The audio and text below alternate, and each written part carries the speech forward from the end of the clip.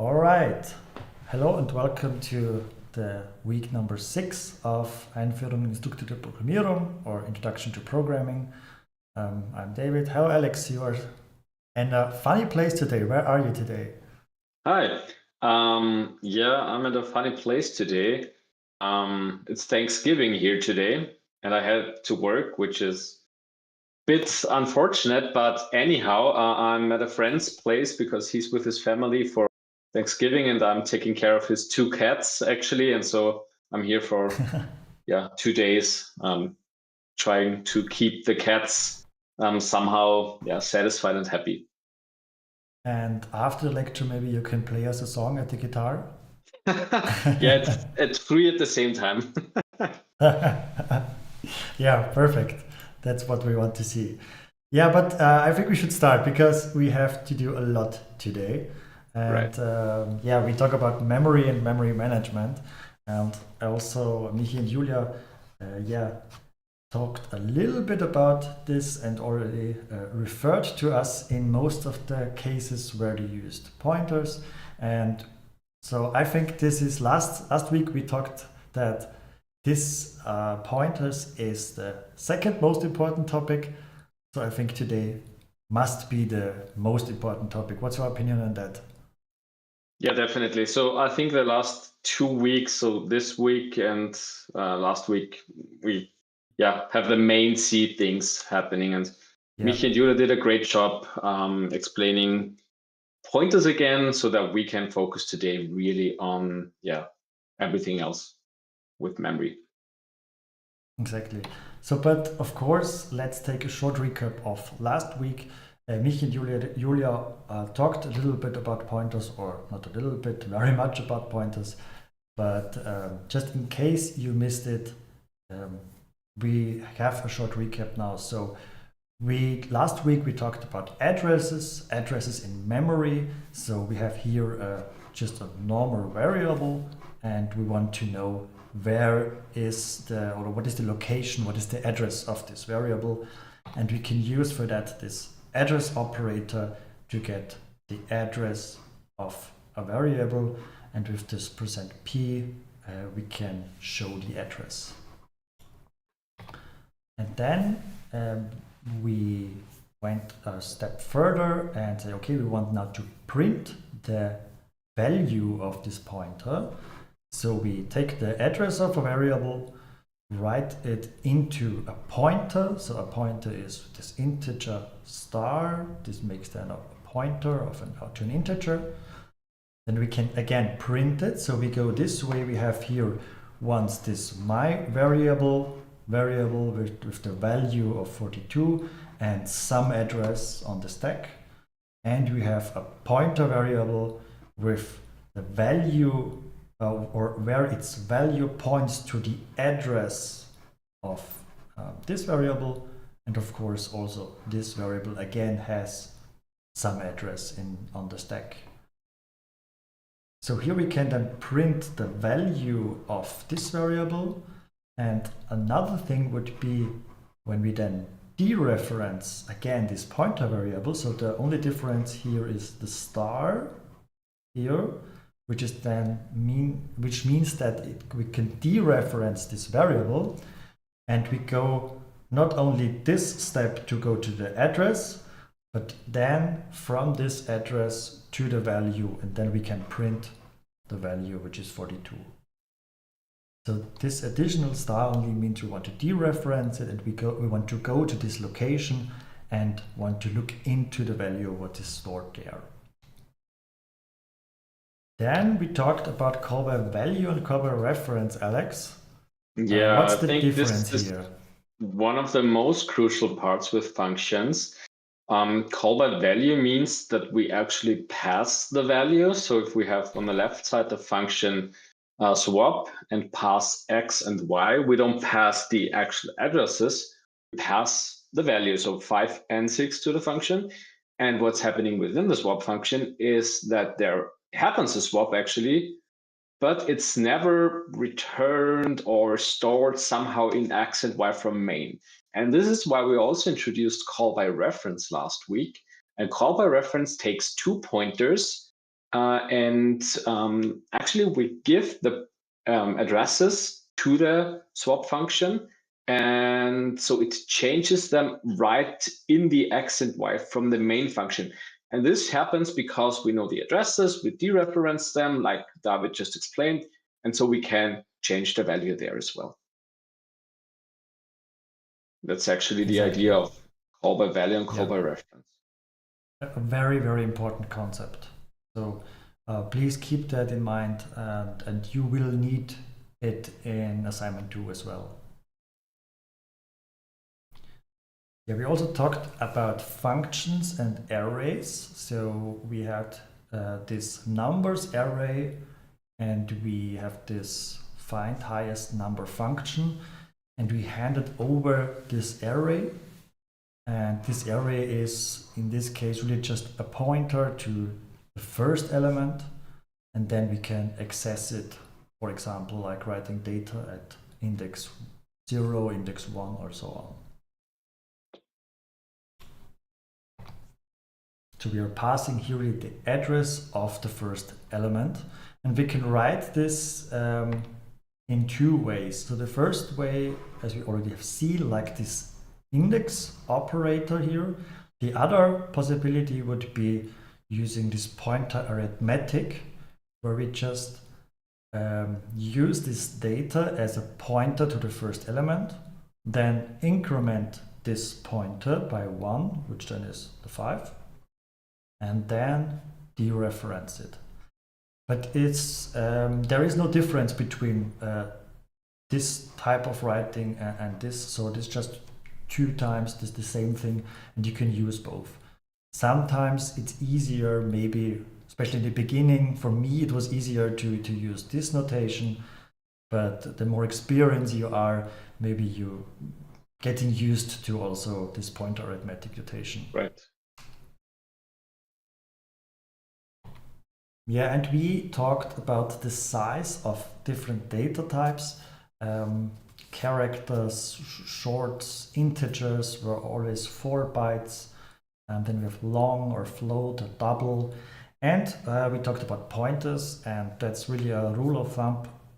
Pointers are always 8 bytes. So we have here a few examples. So the size of a jar is 1, the size of an integer is 4.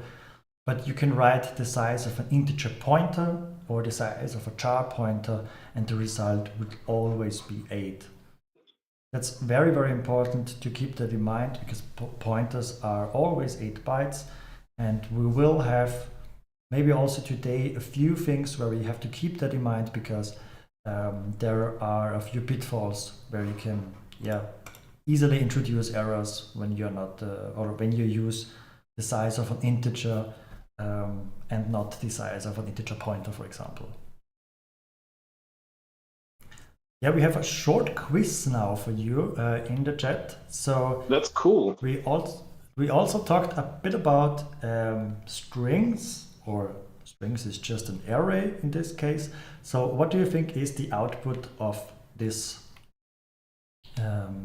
code snippet here? So we have a text with a text array, or this character array, and we then take the pointer, we write s into the first element, and then printing out both. Any guesses what can be the output?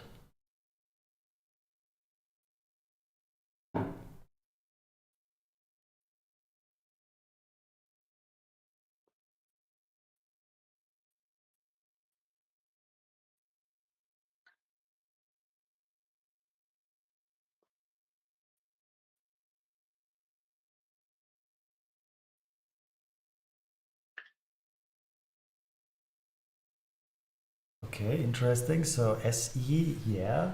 SI, SI, SSI, okay.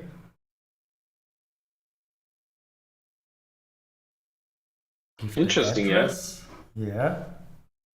Interesting answers. So let's have a look what's the answer in this case. It is really SI and SI. But why is that? Because we are printing different variables here. And the reason for that is of course, we're printing different variables. So this array here prints to some memory where this is stored here. We have to have this memory location. Let's say this memory location is OXFF2, OXFF3, OXFF4, and so on. And the first line here is just a pointer to the first element where this H lives. And then in the second line, what we are doing is we create a pointer somewhere in the memory, which also points to the same H here, to the same memory location. And then when we use the pointer at index 0, so we go to the pointer, this index notation also means that we some kind of dereference it and use or modify this location here and write here an S into. So both variables are now changed, and that's why we have for both characters or for both strings we have changed it. And that's a common pitfall. Any guesses how we can avoid this? So when we want to maybe copy a text, and yeah, how could we copy a text? Any guesses? Because this obviously does not work.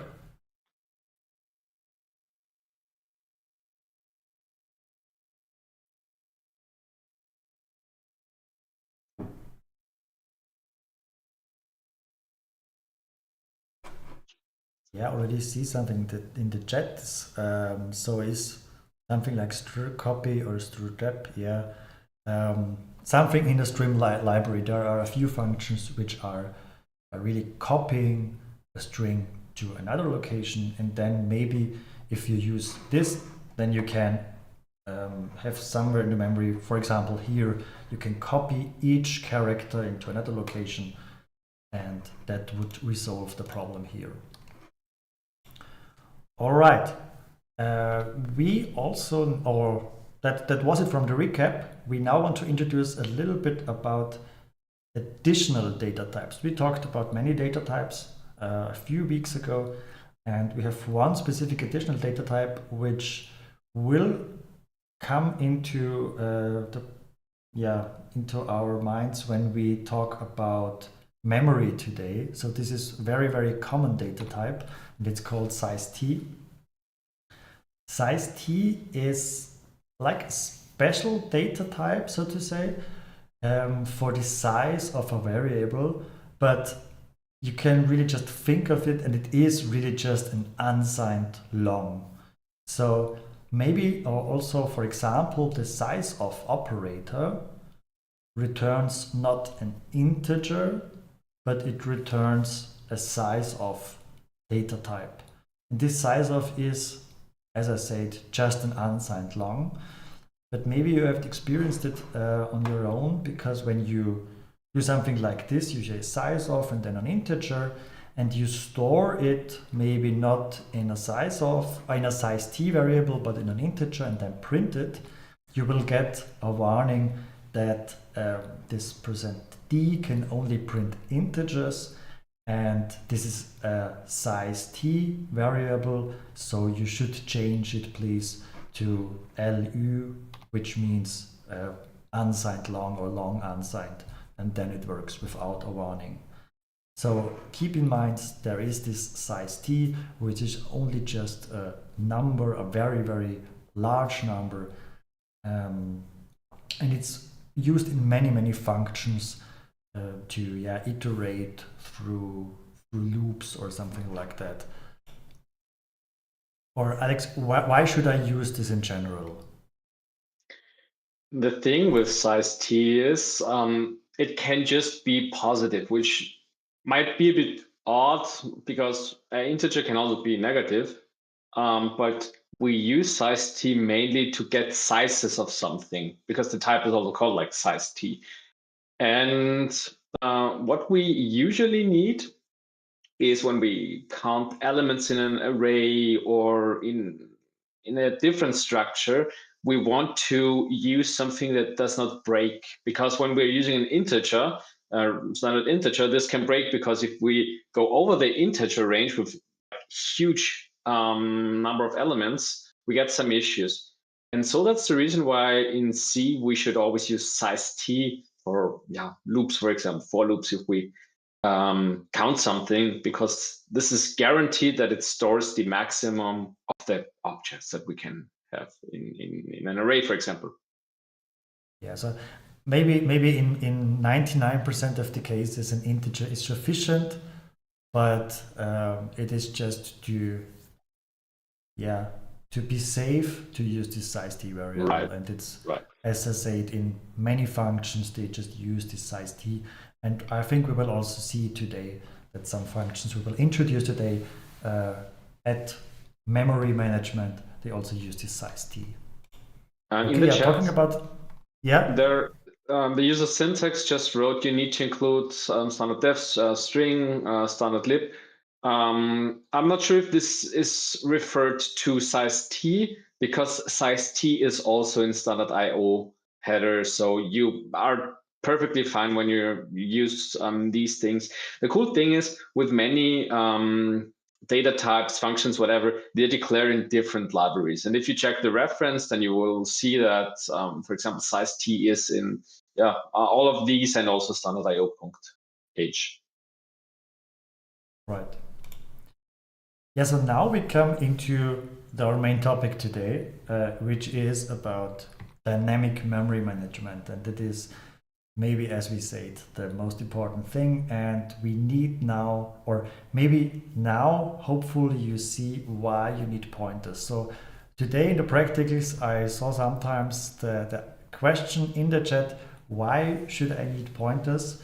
And hopefully after the lecture now it will be clearer, because we will need it very, very frequently in the next few slides and in the next in this topic.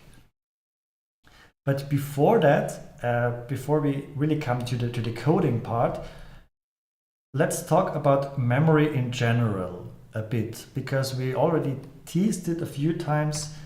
But what is memory in general? So when we talk about memory, we talk about the RAM, random access memory, which is in your computer. And you can think about it as we have something like very low addresses and very high addresses. And you can also think about that half of the addresses are referred or are owned by the operating system. So you have not access to it. But it's fine, because the other half is big enough to use it for you. So we have this operating system space, which is also referred sometimes as kernel. And we have the user space, and the user space is this where we as a user and also as a programmer can program our code and write it there. And this user space has, again, different regions and segments. We have this stack, and we already talked sometimes about this stack. Each function has its own stack, and all the functions are all into this stack segment. Then we have the code segment. The code is really where your code you have written are living. So all the functions here and the code you write is inside this code segment.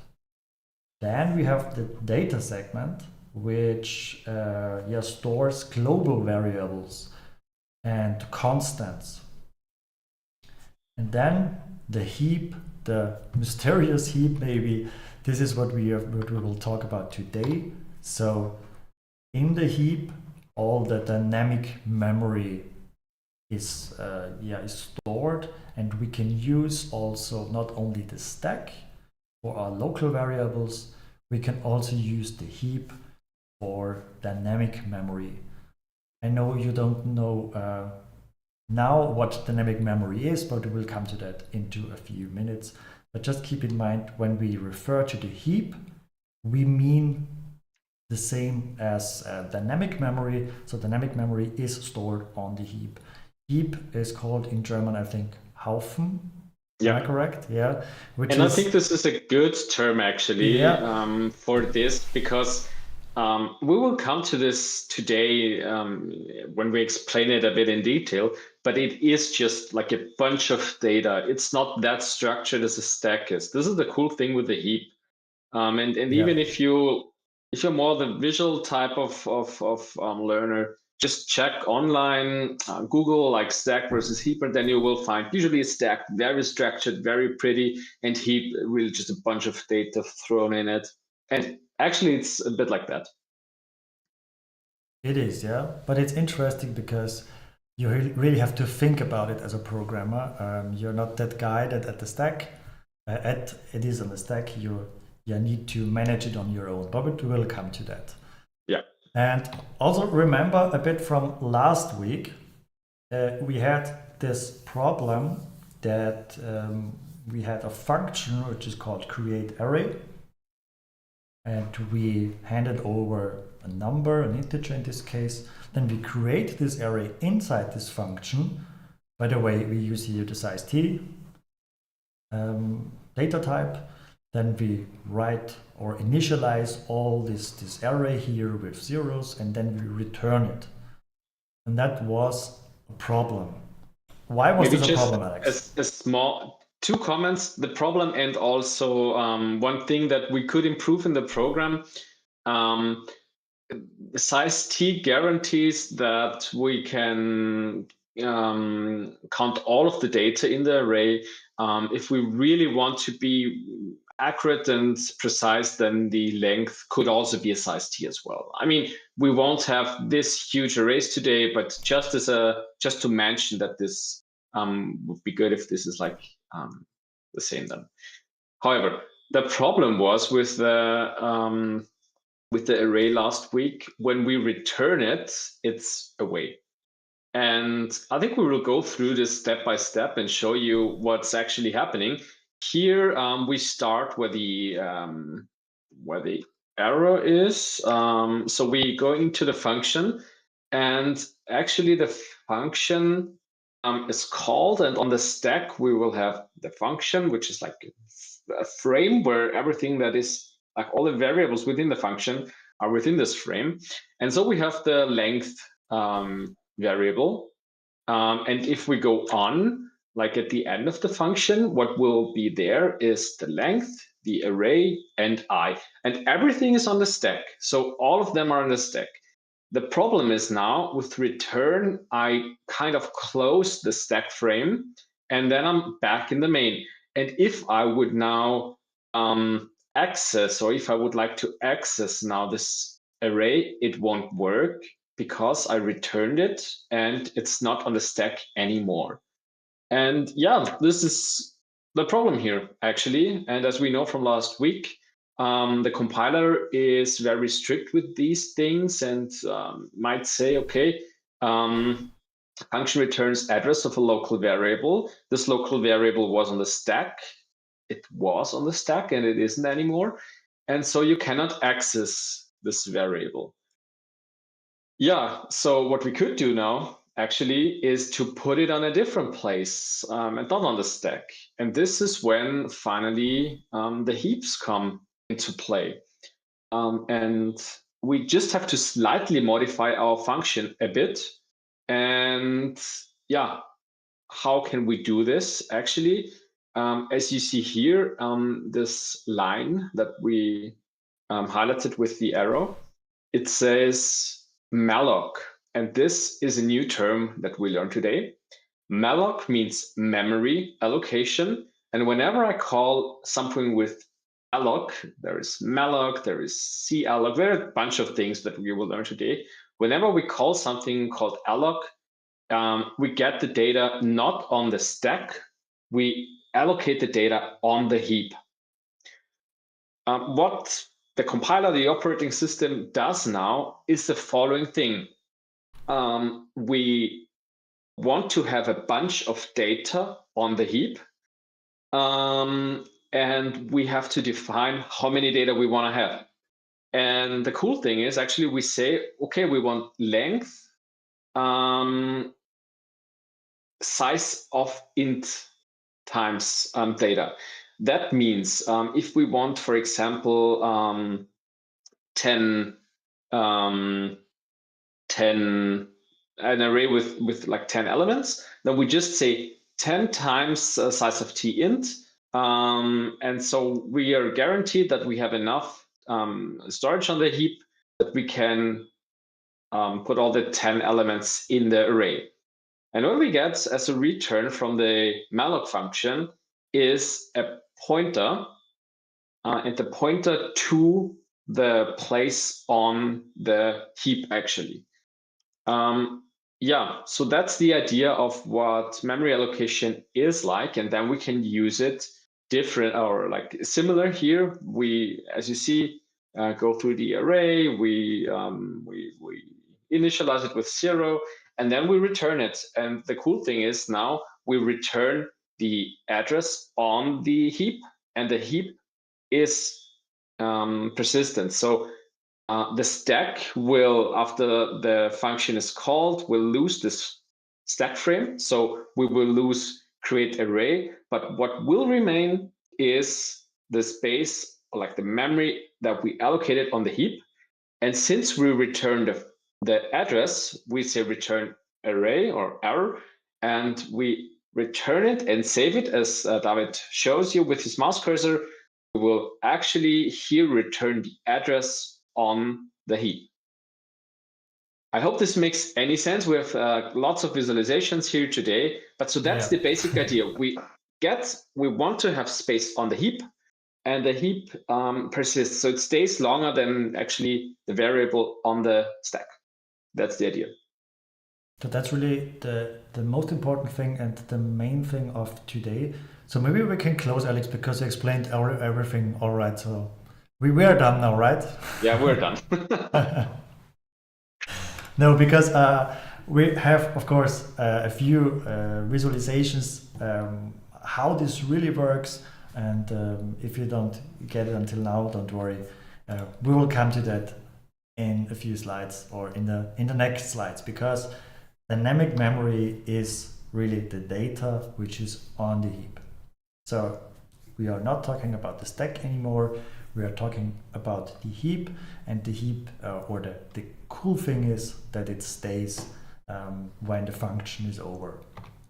So in this case, we are storing data on the heap by just create or get some memory on the heap. So we have another or a different kind of memory here.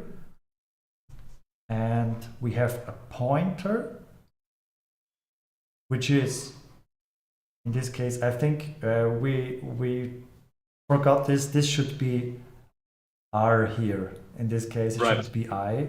Yeah, this should be R, yeah. And we point to somewhere on the heap, and there we can again store our information. And even so what's the difference? This R or I, which we wrongly had, is not available anymore on the stack, the memory on the heap is available. And this is cool, but we should try not to lose this address.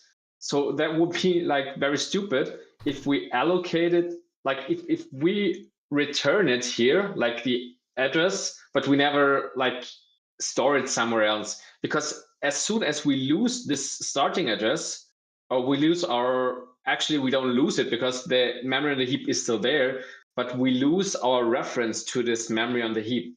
Does this make sense? What, maybe some feedback in the chat. Does this make any sense what we're saying, or are you completely blacked out and let us just talk?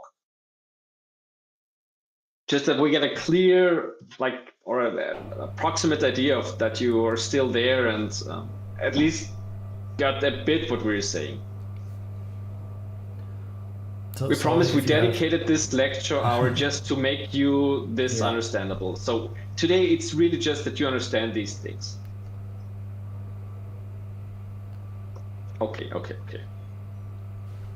There are some visualizations. So if you have any noise now in the background, it's just the automatic window which is closing.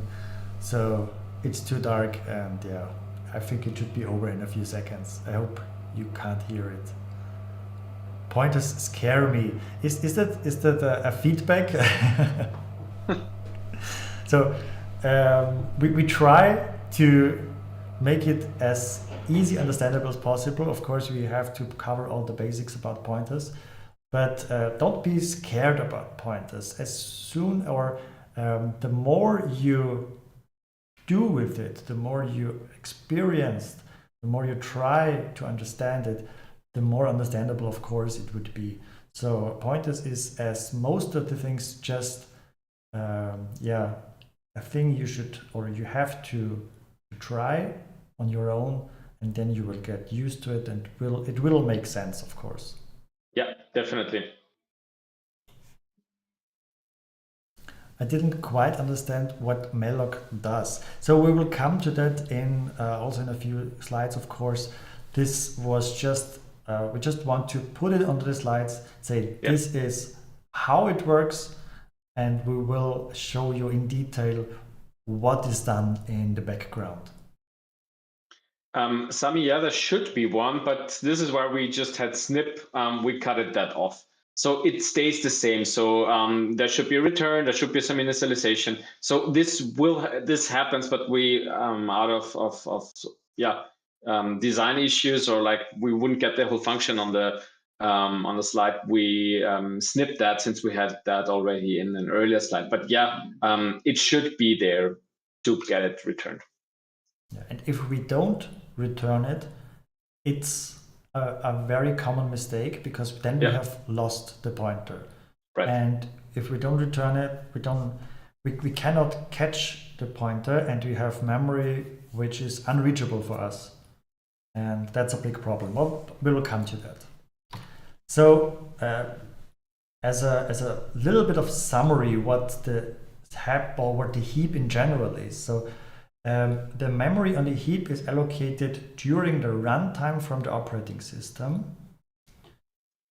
And the programmers, and that's maybe the most important thing, the programmer have to care or have to take care about the memory by their own. So you do not have something like a stack where the stack is cleared after the function. You have to take care of the memory you allocate. You have to free it, but we will come to that. The data is not limited to the lifetime of a function, as I already said, like it is on the stack. And the structure on the heap is not that continuous, but of course, if you have an array like here, they are continuous, so they are next to each other or after each other. But it might be that if you allocate another memory just in the next line, and then the location is somewhere completely different. Right, so now to the definition of malloc. So malloc allocates size bytes, so just this variable, whatever you want to give it, and it returns a void pointer to the location on the heap. And in this case, this void here means not nothing, as we have seen in the last few weeks. So this really means arbitrary, or beliebiges in German. So you can use it as an integer, you can use it as character, whatever you want to do, but it really just means do whatever you want. You can use it in every kind of data type. The memory is not initialized when we use malloc, so there we do not know what's really in there, and you need to include the library standard lib for that. And also very, very interesting, on error, so when an error occurs, malloc returns null. Anybody knows when an error can occur in this situation? So when could be that malloc returns null?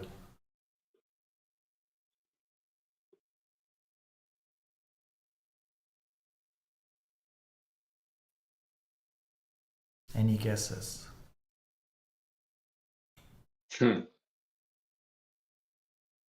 Good guess. Not enough RAM? Yeah, that's exactly what's the problem. So if there is no more memory available, malloc says, okay, sorry, I can't give you an address because there is no free address anymore, and I will just give you null. And that's why we always have to check for null after we call malloc. So when we call malloc here and we want some memory, we always have to check, okay, did we receive null, a null pointer as return? Because then we have to do something. We have to change our program. Maybe we should stop our program because there's no memory left. There is an issue, of course, and the program should, most of the cases should stop in this case. David, before we go on, maybe, since it's probably a really hard concept for beginners, the question in the chat was if we can try to explain it in German as well. I don't see any. Should I go back? Problem with this, probably to slide 28, because I think this gives good explanation and a good overview. Yeah, perfect. Okay, yeah. I will go on, or I will try to repeat it in German as well. And David, just please interrupt me when you want to add something. Also, wir haben auf der linken Seite die gesamte Funktion, also die create-array-Funktion. Und was hier passiert mit dem malloc, versuchen wir, oder nicht nur versuchen, wir wollen am Heap-Speicher anfordern. Und von der Größe her wollen wir bestimmten Speicher, der quasi dann alles fasst, was wir drinnen speichern wollen. Im Chat haben wir das auch gerade diskutiert. Ich sage Length mal Size von einem Integer. Wenn ich nur Length anfordern würde, zum Beispiel 10, dann kriege ich halt 10 Bytes. Um aber den Integer zu speichern, brauche ich mehr, weil, wie wir ja noch wissen von der Tabelle, ein int in unserem System hier hat jetzt 4 Bytes. Das heißt, wenn ich 10 Array mit 10 Elementen möchte, brauche ich eigentlich 40 Byte und nicht nur 10. Deswegen muss ich sagen 10 mal 4, damit das auch funktioniert. Gut, was ich jetzt tue, ist, ich kriege am Heap dann den Speicher. Das klappt im Idealfall. Wenn es nicht klappt, kriege ich null zurück. Wenn es klappt, kriege ich von malloc eine Adresse zurück, und zwar die Adresse von dem nullten Element, also von dem Start von dem Array. Das heißt, malloc gibt mir immer Adresse zurück, wenn es gut läuft, wenn alles klappt, was der Normalfall eigentlich ist. Und dann kann ich mit dieser Adresse weiterarbeiten. Ich kann, weil es ein Pointer auf etwas ist, ähnlich wie im Stack, die referenzieren, um darauf zuzugreifen, Daten rein oder Sachen reinzuschreiben, Werte reinzuschreiben. Das kann ich alles machen. Und was halt wichtig ist, und das war auch das, was wir vorhin diskutiert haben, ich muss irgendwie jetzt, wenn der Stack dann wieder diese Funktion create-array abbaut, muss ich dieses R wieder irgendwo zurückgeben. Weil wenn ich das nicht mache, dann habe ich ein Riesenproblem, weil dann verliere ich im Prinzip am Heap diese Referenz dahin. Also das war vorhin das Beispiel, das habe ich ganz lustig gefunden. Das ist wie wenn ich ein Haus baue und die Adresse vergesse. Dann steht es irgendwo, ich habe irgendwo was geschaffen, aber ich habe die Adresse nicht mehr dazu. Und im Prinzip wäre das dann quasi die Analogie dazu. Und deswegen muss ich das zurückgeben mit Return, und in der Zeile da quasi in der Main-Funktion, diese int Sternchen Array, genau, da speichere ich dann quasi den Wert von der Adresse in Array. Das heißt, ich speichere mir das ab, damit ich das nicht vergesse, und kann jetzt in dieser Main auf dem Speicher am Heap zugreifen. Und das Coole ist, ich könnte jetzt auch sagen, ich gebe das an eine andere Funktion weiter, weil im Prinzip übergebe ich nur eine Adresse und der Heap bleibt bestehen. Der Heap ist innerhalb meines Programms so lange verfügbar, bis ich als Programmiererin sage, ich gebe den jetzt frei. Ab dann habe ich den nicht mehr, aber ich bin für das ganze Speicherverwalten zuständig, heißt, ich fordere den an und ich gebe den auch wieder frei. Wenn ich das nicht mache, auf das kommen wir mal ein bisschen später noch, was passiert, aber das ist eigentlich so die Kernidee von dem Ganzen dahinter. Ich hoffe, es ist jetzt ein bisschen verständlicher.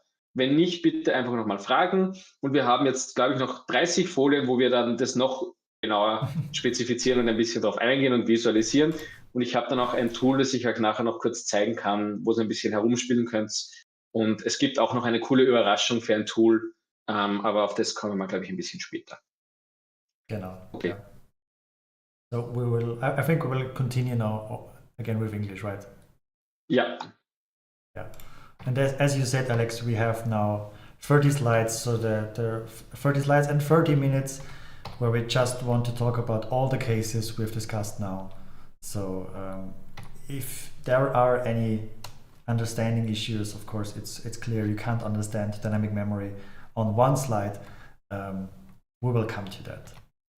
Okay, so I think we were here somewhere. We had said don't forget to check for null, because malloc returns null when there is no more memory available.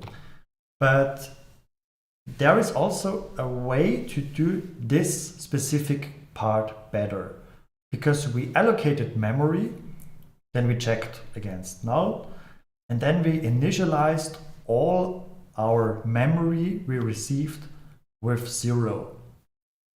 And there is another function called calloc or calloc, and which is pretty similar to malloc, and it takes 2 arguments, which is n, so you can allocate memory for an array of n elements of size bytes, and it returns again a pointer to the allocated memory on the heap. So again, this is just as we have seen here, where we multiply length times size of int. In this case, we just divided it into 2 arguments, but it's pretty much the same. This could be length, and this could be size of int, for example. So they are just then multiplied inside. And again, we get a memory location. But the difference is that this memory is then set to 0 already. So we do not have to set it 0 as we have done here. So the only difference really is at calloc, the memory is set to 0 already when we receive it. So we do not have to set it to 0 on our own. All the other things are the same. Yeah, and the thing is, as you also know with variables, if we initialize, or if we declare a variable first and we don't initialize it, we get some random stuff in it, probably. And it's the same here. So we get a bunch of data on the heap. We don't know what's in there. So we actually have to initialize it at some point, and calloc is doing the cool thing that it initializes it with 0. So there's like really just a 0 in it. Exactly. So we can shorten our code a bit and just write, okay, instead of malloc, we write calloc, then give the length and the size of the integer, and we do not need to initialize it because it's already initialized with 0. Again, we have to check against null, because also here, if there is an error, if no more memory is available, calloc also returns null, and we have to deal with it, and in this case return maybe something different from this function, and also should cover this in this function, but we will come to that in a few slides, I think. Any other questions from the chat, or should we continue? Yeah, one that I would like to, I mean, Lucas just answered it, but I just want to point out on that. The question was in German, so I will answer it in German. Gibt es einen Heap speziell für ein malloc? Also wenn ich 2 Arrays anlege mit malloc, gibt es dann 2 Heaps, die ich separat freigeben kann, oder existieren die am gleichen Heap? Also grundsätzlich gibt es einen Heap, wie es einen Stack gibt. Also das Programm hat einen Heap. Und auf diesem einen Heap werden halt dann 2 Arrays angelegt. Das heißt, das eine liegt da, das andere liegt da. Also es ist wirklich ein Haufen. Ja, im Stack ist das alles immer so schön aufgefädelt und nacheinander. Am Heap ist es nicht so. Da wird halt geschaut, okay, da ist gerade ein bisschen was frei, das nehme ich mir. Das heißt, die müssen auch nicht zwingend nacheinander liegen, die 2 Arrays. Das Array an sich liegt natürlich nacheinander. Ansonsten wird das Array keinen Spaß machen, weil sonst könnte ich ja Pointer-Arithmetik und so nicht verwenden. Also wenn ich sage, ich möchte ein Array mit 10 Integers haben, dann kriege ich garantiert immer in C diese 10 Integers nacheinander. Weil sonst könnte ich so Sachen wie Klammer 2 nicht sagen. Aber was anders sein könnte, wäre, dass ich einmal den Heap, das Array am Heap da kriege und einmal kriege ich es da. Also es könnte ganz an einer anderen Stelle sein. Und ich muss beide dann freigeben, ja. Also ich muss das getrennt wieder machen. Ich muss beide Adressen irgendwie mittracken und dann auch wieder freigeben am Schluss. Yeah. Yeah, exactly. So we said now a few times we have to manage our memory. And here is another visualization which could make it a little bit more clear for you. If we have something like this, again, we have this create array function. We are writing malloc, so we allocate memory. In this case, we do not initialize it, so there are some random variables inside, some random values. Then we return here the array. We also catch the array, so we have still this pointer here in our main stack, which points somewhere in the heap, so everything works fine here. And then we return. So I think we will show this to you really in voice code, because it's a very, very important thing. I'll just copy that inside. So again, we have here this create array. And make this a little bit smaller. Main function, which just catches this pointer. Then we also have to deal with what is when this function here returns null in this case, because when there is no memory. Then we also have to stop the program in this case here and return, for example, our exit code 1. Then let's write something inside the array just to test it. And we want to print our array. And in the end, we just print a new line. So let's just try it once. Use clang -v all. I call it test. Okay, it says we don't have the library included. Of course, I have to include, as I already said, std_lib for that. Now it works, perfect, and we execute it, and it works. As expected, we have here 0, 0, 0. Because we used calloc in this case, we also can use malloc and write it like this. Maybe there are some random variables inside. No, okay, there are zeros inside, but it could be now that there are some also random variables inside because we use malloc and they are not explicitly set to 0. But we've made a small mistake here and we can't see it like in this view. But Alex now many times mentioned that we have to keep track of our memory and we also have to clean it if we do not use it anymore. And there is a tool called Valgrind,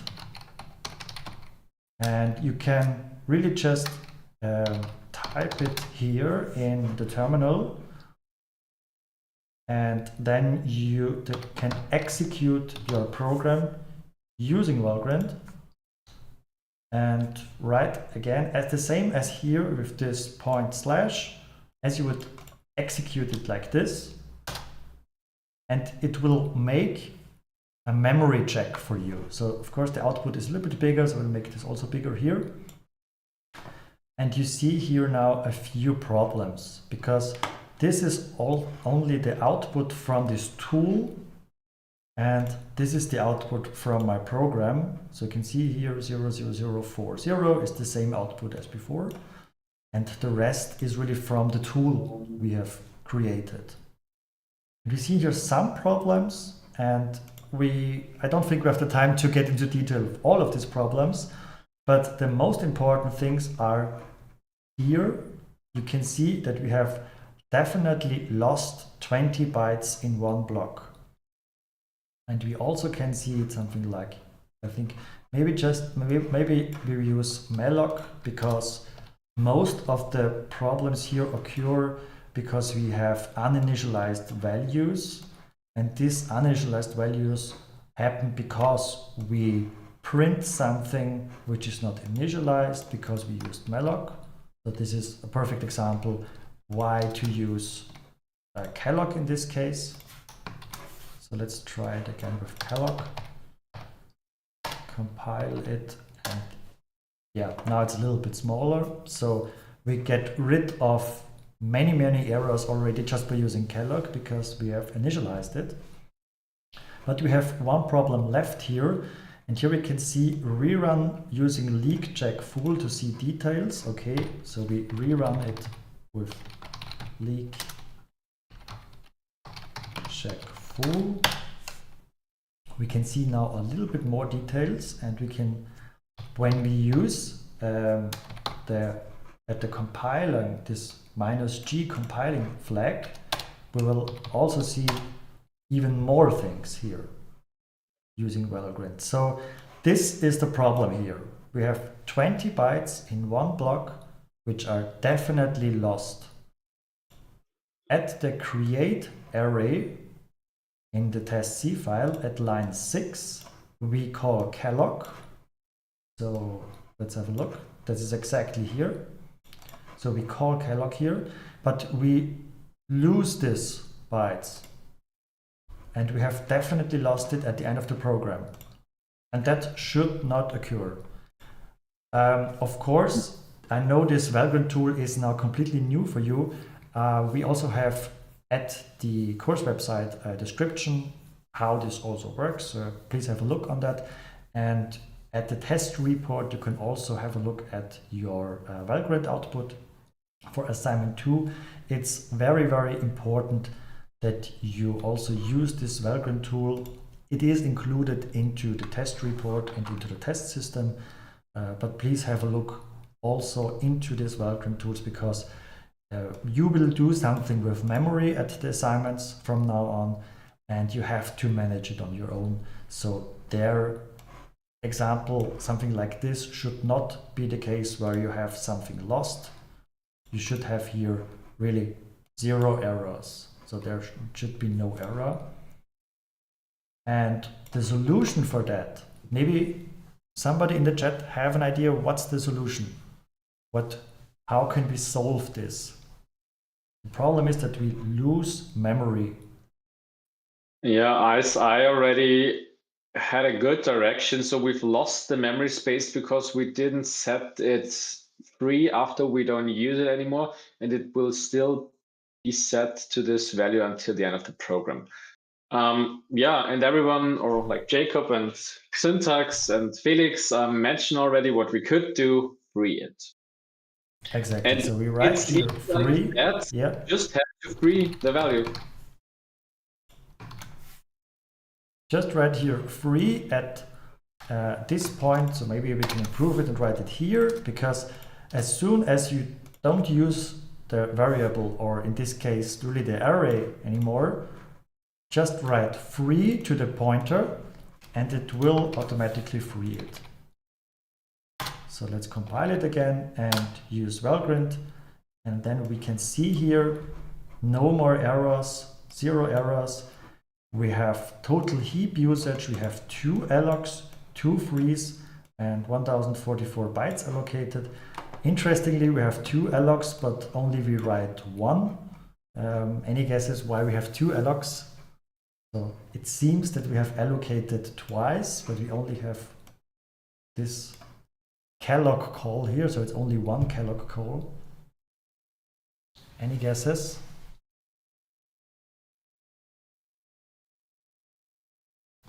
The question from Toki, what address is stored after? Great. We will come to that. Yeah, we will come to that in a few slides. Yeah.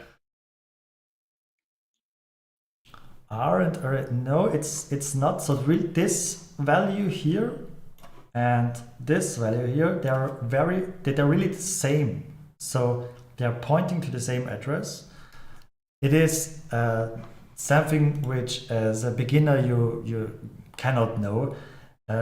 In the background, this printf function also uses malloc to store some data, to store the data you handed over, you want to print. That's why sometimes you have here more allocs than you really programmed, because the function you have used, in this case the printf, also uses malloc inside. But yeah, let's maybe, were there any questions, Alex? But so the main takeaway is you have to do the cleaning in this case. Yeah. Right. I think we can go on, and if there are some questions, what are the values in the array and so on. So I think we'll come to these things later. Yeah, so I also have linked here a description to our course website where we describe again what Valgrind is and how you can use it.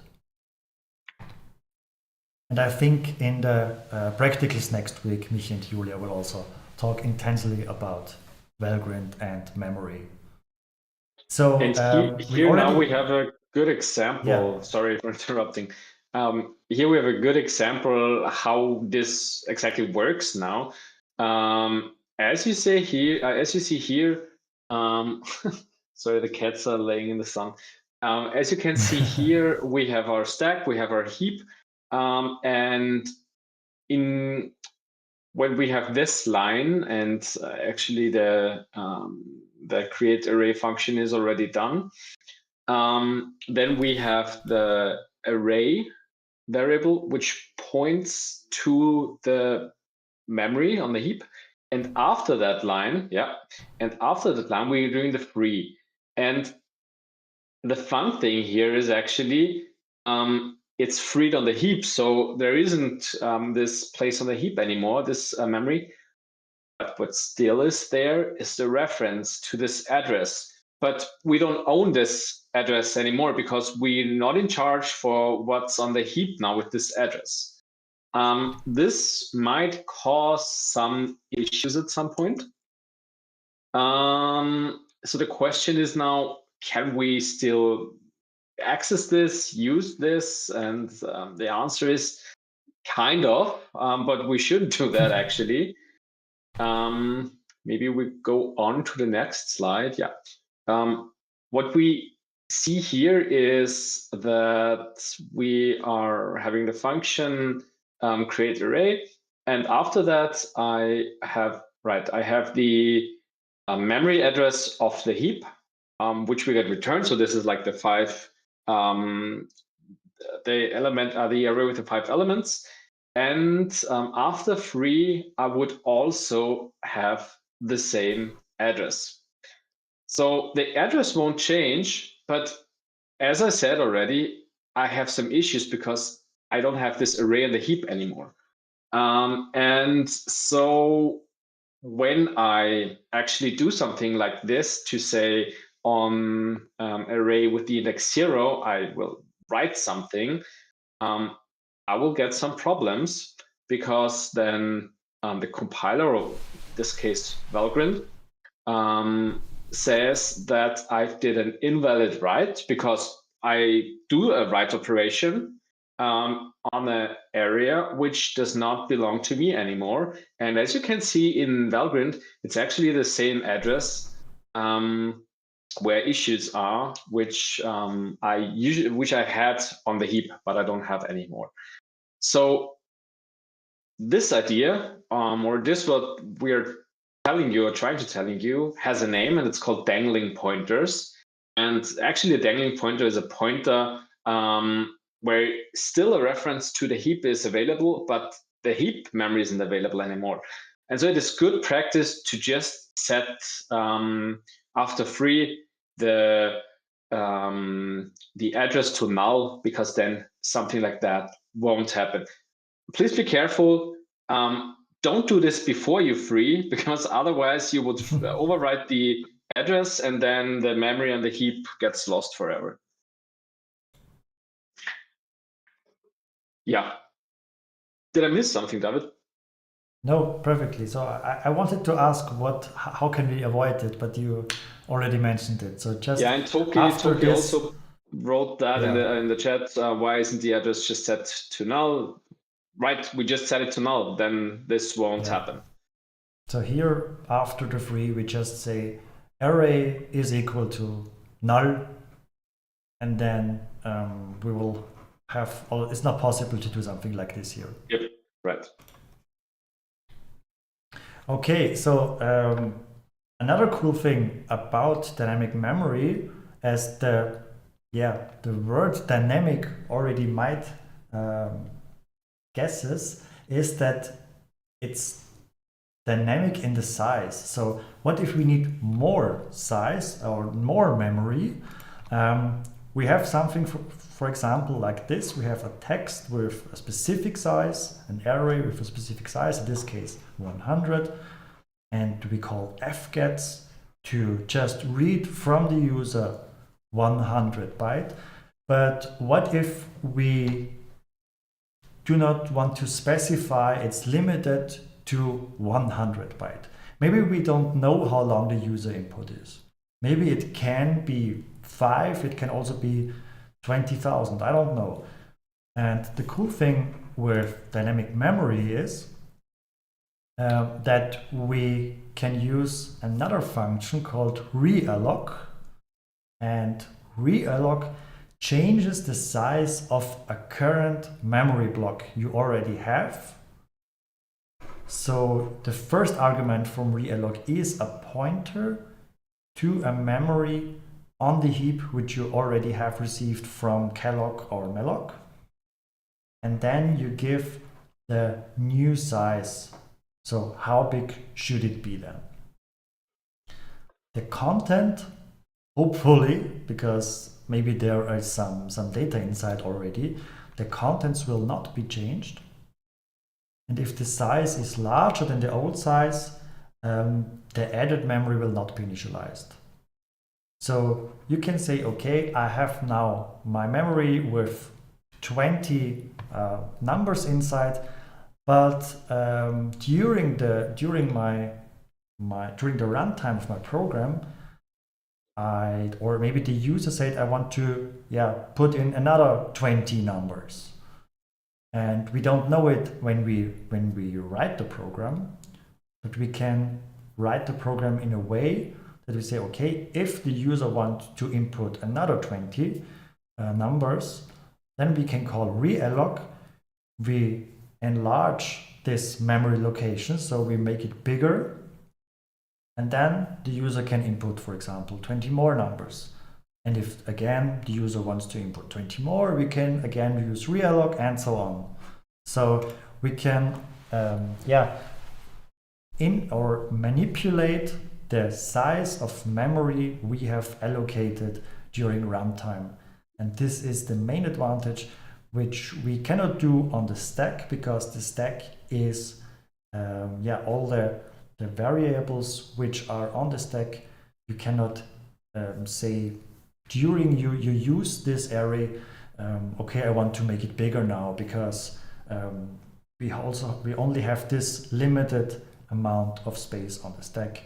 And in the heap, it's possible to use it or make it bigger during runtime. And it's very commonly used, for example, for user inputs, or if you want to read a file. We will come to that in a few weeks, how to read from a file. But most of the time you don't know how big a file is.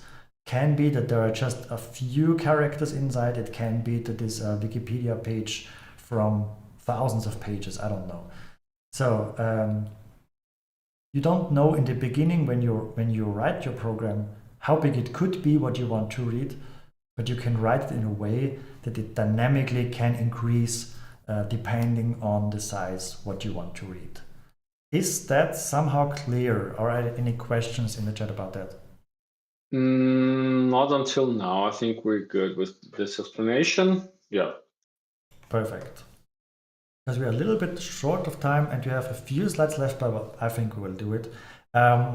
Because we talked a lot about allocating all the memory, but how can we use this memory? And there are two functions which are also very commonly used. They're called memset or memcpy, and they really just do what they say, in my opinion. Memset is just, it sets on a memory location a specific value. So you have here again this parameter dest, which is the destination. You can hand in a void pointer, so it can be any kind of pointer. It can be an integer pointer, can be a character pointer or whatever. You hand as the second argument here, I think it should only be C, because this is the value here. the value C. Sorry, but the H shouldn't be here. So this is really the value you want to put inside. And then again, we have a size T here. So it fills n elements of this pointer. So the first n elements should be filled with this value. And the memcpy is similar but a little bit different. Again, you have the destination, but now you want to copy something from an array maybe to another array. So you copy from a destination or from a source to a destination the first n bytes in this case. For both, you need the string h library. They are defined there. And this memcpy is pretty similar, for example, to strucopy, but you can use it also for other data types like integer pointer and so on. Okay, Alex. Matt the Duck wrote already something interesting in the chat, which we usually do since we teach this course, kill our memory actually. And this is an interesting question actually. How much memory can we allocate? So let's assume we have a nice machine with 32 gigabyte RAM, and now let's do some experiment. The experiment is quite easy. Should I do it really on? Should we kill our VS Code, our streaming lab? Give it a try. Give it a try. Yeah. Give it a try. For all, the code should be quite clear. This define is just 1 gigabyte. So like some bit shifting, it just says it's 1 gigabyte. A very, very large number in this case, yeah. Yeah, it's a very, very large number. Call it 36 times, and we assume, so I think we have 32 gigabyte of RAM here. I'm not pretty sure, but yeah, something like that. Yeah, and we call 36 times malloc, and each time 1 gigabyte. So let's compile it again. Okay. So if we're offline, guys, you know why. Yeah, we are off, exactly. Okay, it says that we have a size T because this I here is a size T, so I changed it to lang unsigned. Yeah. And then, okay, let's hope that we will still online. Oh, wow. Wow, that was pretty fast actually. It was very fast, and we received here 36 It's more than gigabytes. we actually have, right? Yeah. So how could this be, Alex? What's the point of that? How should it work, or why does it work? Maybe I think I will not show it, but also we can do something like this and allocate, I don't know how many gigabytes of 35,000, over 35,000 gigabytes. You can do it, and I think you won't have any problems. But why? That's a good question. And actually, the thing is, you can do it because you don't initialize something. That's the thing with malloc. We get all the memory that we want, but when we try to write something in the memory, we will get some issues because then the operating system actually says, oh, you now want to do something and not just to allocate memory. So we can allocate up to an infinite amount, but when we use it, then we should actually, mind that. And for example, here we're using memset. We could use also calloc to actually write something in the memory. Then this won't work anymore actually, because then we will get a memory error after some gigabytes, depending on how the system is run. Should we try it? Maybe that we should not try. I tried it yesterday out of fun, and it crashed my VS Code. So it wasn't that bad, but yeah, maybe not when we are live, but maybe when we want to end the stream.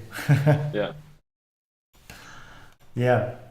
So long story short, in this case, when we allocate memory, it's only reserved for us, and it's as long as we we do not use it, it doesn't really belong to us.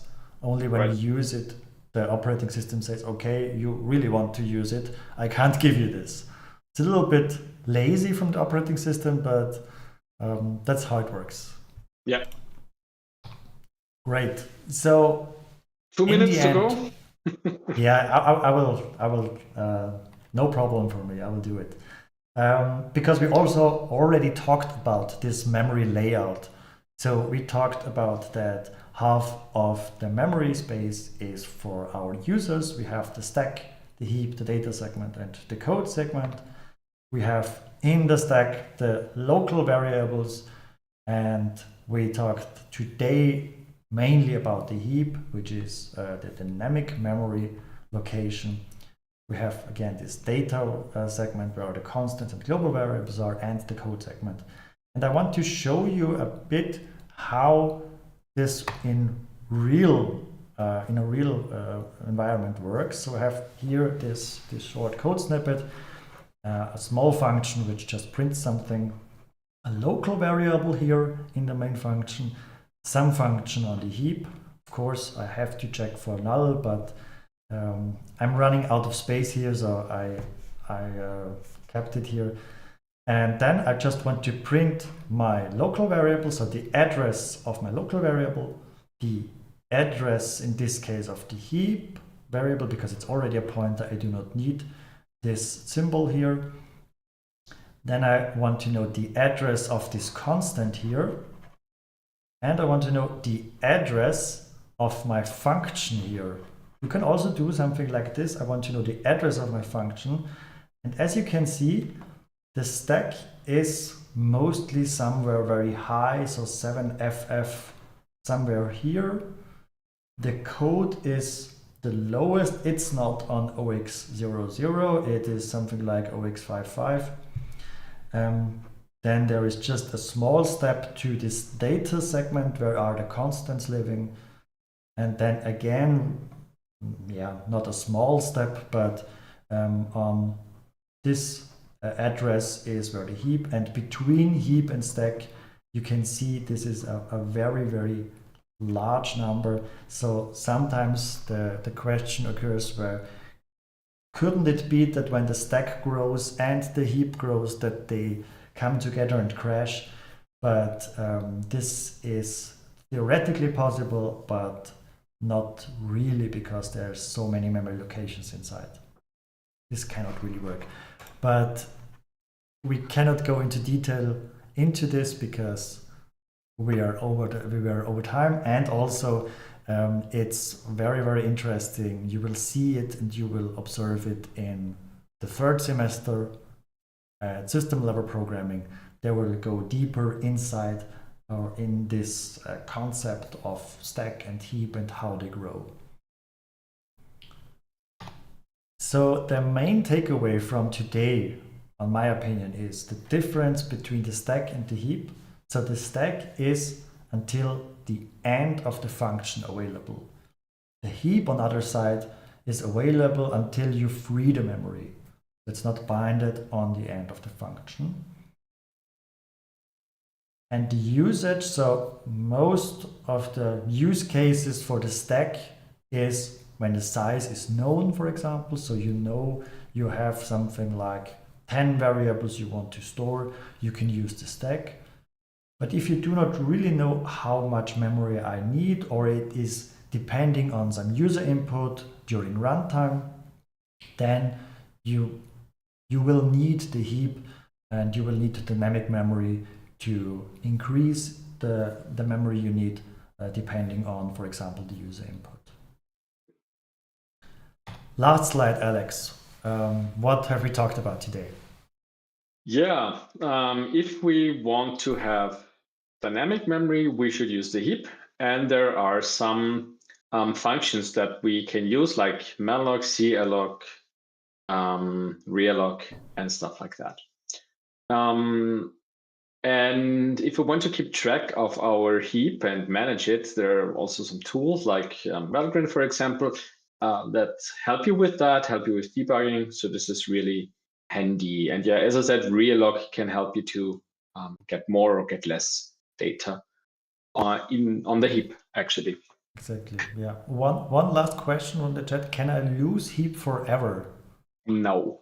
In operating systems or like in systems, nothing is really forever. If you don't free things, the operating system will do that for you, which is not good practice, because when you have some processes or like some programs that are intended to run longer, you shouldn't do things like losing memory. Think of a web server. Whenever like there's a new connection coming to a web server, and you don't free the memory that you used for this, then you might come into huge troubles, because a web server is intended to run longer than, I don't know, our program that just runs and is done. So especially with this systems that should be highly available, you will have some issues with those things. So freeing memory is really important, and it's something that modern operating systems will do for us, but this doesn't mean that every operating system will do this for you. So keep track of your memory, but with like our systems, the operating system will do the cleaning, but it's, as I said, not the best thing ever. The operating system does the cleaning when your program is finished. So when it exits, right. That's a good point. Yeah. The operating system removes all the garbage you left, but you shouldn't left any garbage, because that's on our opinion, and that's also what we want from you in the assignments. You are not allowed to use any garbage memory, let's call it like this, any memory left. So you have to free all your memory, otherwise you get a point deduction for that. Yeah, it's like using a toilet. Right. Everyone is responsible for cleaning it up as they found. Otherwise, there will be someone probably cleaning that, but we don't want other people cleaning our shit. So yeah. Yeah, that's all right. I think we're a bit over time, but good that we explained everything. One little announcement. We created on Discord under socializing another channel, which is called, I forgot how I called it actually, Social Corner. We set this up for like a more informal communication between you as the students and us as the course team. So if you want to discuss any things that were pretty interesting or whatever, feel free to actually write something in, like Lucas just did. We can use this like for some communication, like how the assignments are, and I don't know, maybe I will explain Atlas a bit in detail there. And so it gives us a bit room to discuss, but also, yeah, chat a bit around. All right. Yeah, the cats. I could try to get one of the cats, Bacon, but she hates me. This might end up with a lot of bites. And the other cat, Donut, is in the... but I will make a photo and post it on the social corner later on, so then you at least saw the cats there. Yeah, maybe you can make a photo when you or they play with the guitar. Yeah, I will definitely do that. Yeah. Great. So yeah, thank you, Alex. Be aware that they don't get bitten by the cats. Yeah, I give my best. Yeah. Thank you very much for listening and watching us. I hope it was insightful. Again, if you have any questions, please contact us on Discord. Sure. And don't forget, I think the second assignment will be released in a few minutes. There will also be a kickoff video again from Lena. And I think in 20 minutes now we will release it on YouTube, and you will get your repositories, I think, until tomorrow latest. Right. Great. So yeah. Okay. Thank you very much. Any last words, Alex, or should we finish? Well, I will go over to my Thanksgiving lunch. Yeah. Then all right. Have a good meal and see you soon. Thank you. Bye. See you soon. Bye.